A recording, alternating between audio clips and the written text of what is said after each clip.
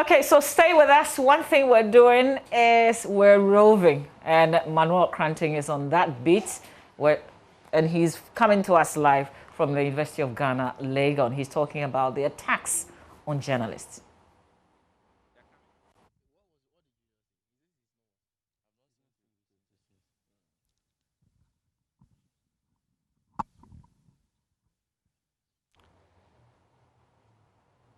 Also, maybe, or you'd know that there have been a number of threats and, in fact, some physical attacks that have been visited upon, some journalists in the country as regarding their roles, especially in the coverage of the 2020 elections.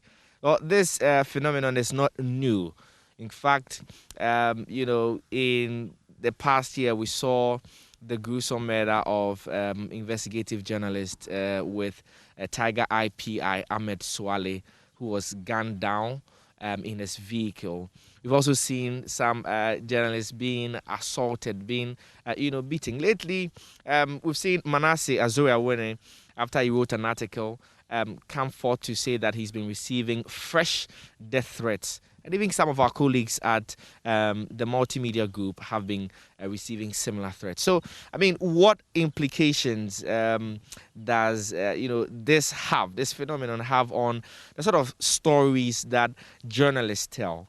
And indeed, what are the responsibilities that members of the public have in beating down this issue to the barest minimum, so that yourself, myself, and everyone else who's watching us, can have the very best of the content that we channel. So I'm here at the University of Ghana. This is David, there's Julius. To my far right is Ampong, and then my far left is Divine. All of these, are past students of the University of Ghana, and they have some really interesting, views about the issues that are happening. Let me start off with Julius. Grateful that you could speak to us. Well, you've seen these. Are you surprised that, with a democracy like ours, we still have issues like this? Yeah, I'm highly surprised, Manuel, and to think of the fact that these things are happening in 2020 rather surprises me the more. If these things were happening earlier and now things are toning down, then we'd say we are progressing.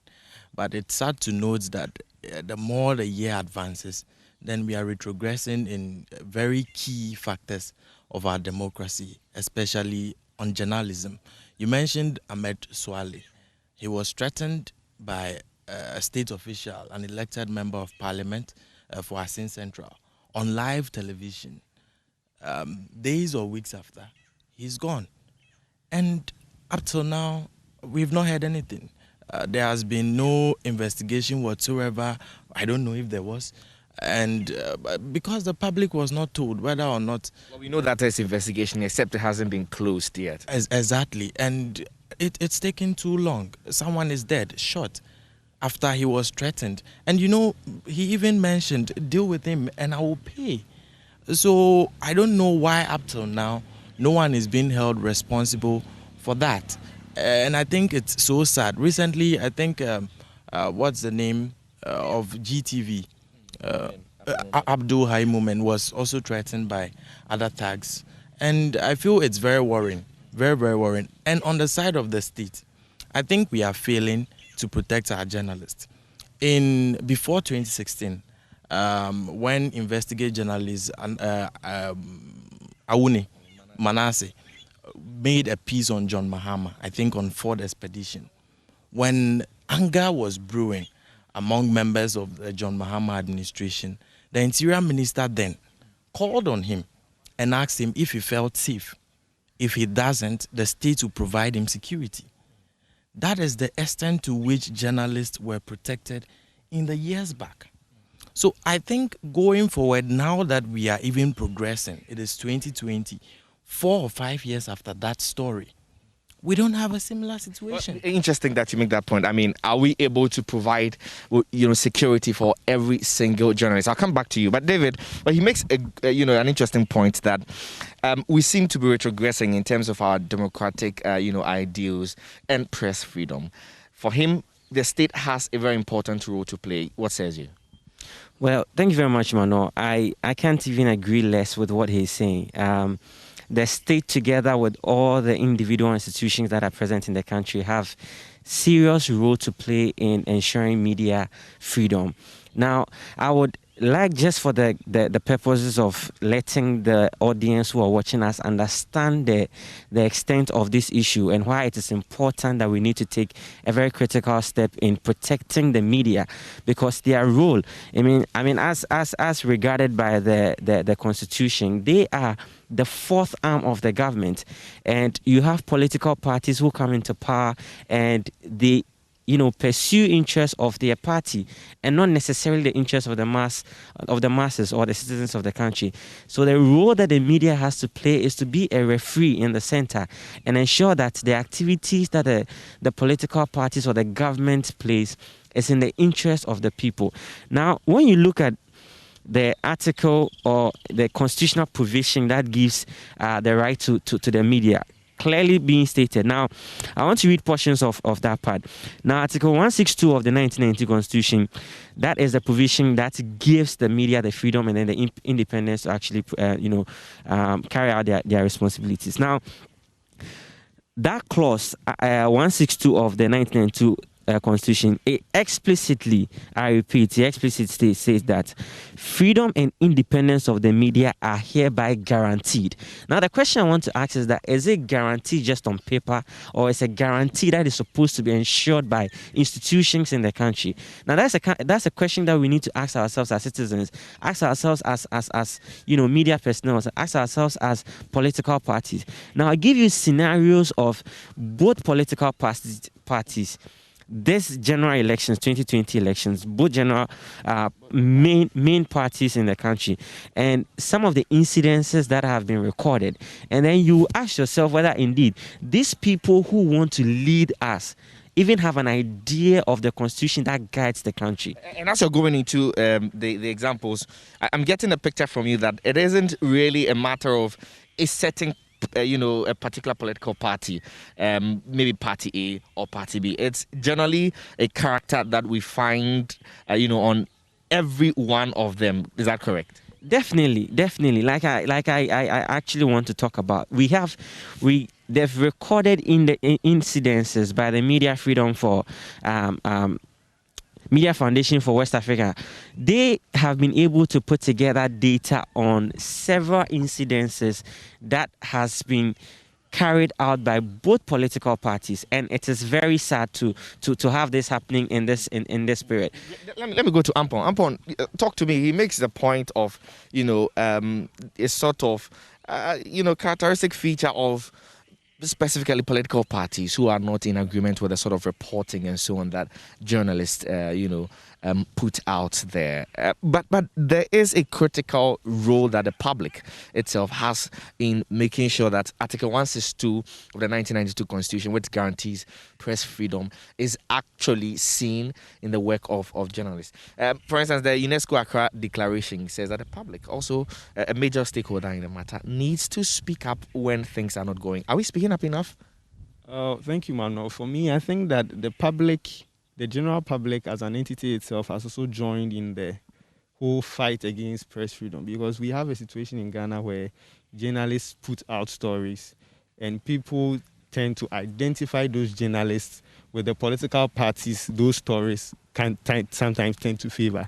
I think it is an affront to the fight against press freedom, because as a general public, without the journalists, we remain in the dark. We remain uninformed of things that actually go on in government. And so if the journalist has been able to muster the courage to put out a story on something that he thinks is wrong and must be corrected, you don't come out as general public to rather insult the journalist and put the journalist in a very tight corner. Because I think these are the things that give these unscrupulous individuals the opportunity to also do whatever they want to do. So as a general public, we must actually embrace the work of journalists and continue to encourage them to do what they can do for the country. And Ampong hits the nail right on the head, and I think I want to agree with you. So that, the work that journalists are doing is for and on behalf of the public. so that if journalists do something and then the public now turns around, the public on whose behalf the work is being done turns around to attack journalists. I mean, you almost like leave them in a space where, you know, people are not even appreciating. Let us stop it anyways. Divine, speak to me about how, and thank you very much, Ampon. That's really interesting.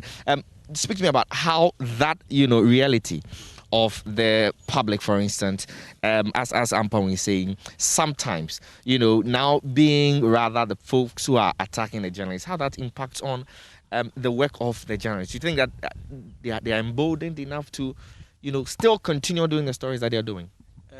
Definitely not. Definitely not. Because the media has always been considered as antagonists of political elites.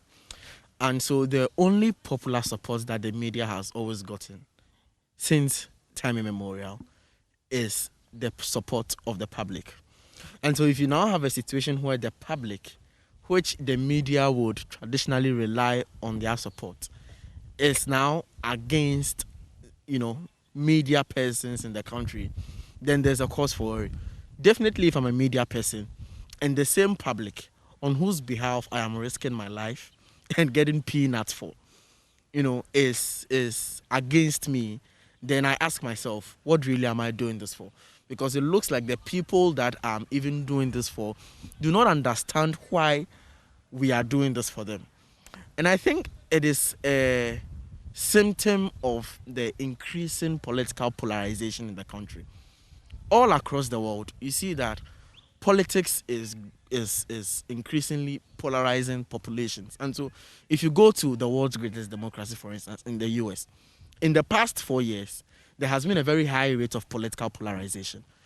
And funny enough, in these past 4 years, there has been an increasing rate of attacks on the media. And so that is one major cause of attacks, because both political parties feel like the media are aligned to one party or the other. And if you have a country where political participation is very high, like what we have in Ghana, in the just ended elections, we had almost 80% turnout. And so if you have 80% of the country being, you know, polarized on political lines, if a journalist comes out with something that is, you know, purported to favor the other party, then they are going as that person. But it is the responsibility of the political parties themselves to educate their people. And so if you have political leaders attacking the media, definitely the followers are going to attack the media. Because I think apart from religion in this country, one, you know, set of people that are listened to by their followers is political parties, political party leaders. And so it is up to the political party leaders to make it a point not to be attacking, you know, the media.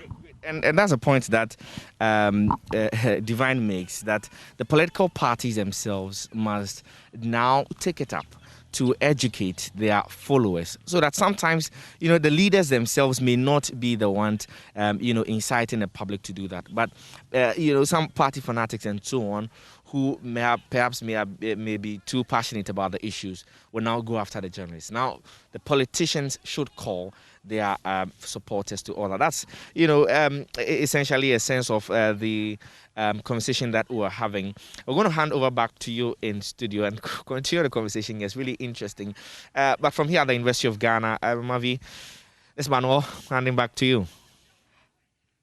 All right, thank you, Manuel, and the guys from the University of Ghana, Legon, young people also making their voices heard on this very important issue of journalists being attacked in various ways, some being issued with death threats and so on and so forth. Gifty, it's good that young people are also talking about Certainly, this. just what I was going to say. It's good that they understand the issues, and it's good that we hear their voices, because these are the people that, first of all, the politicians will be targeting.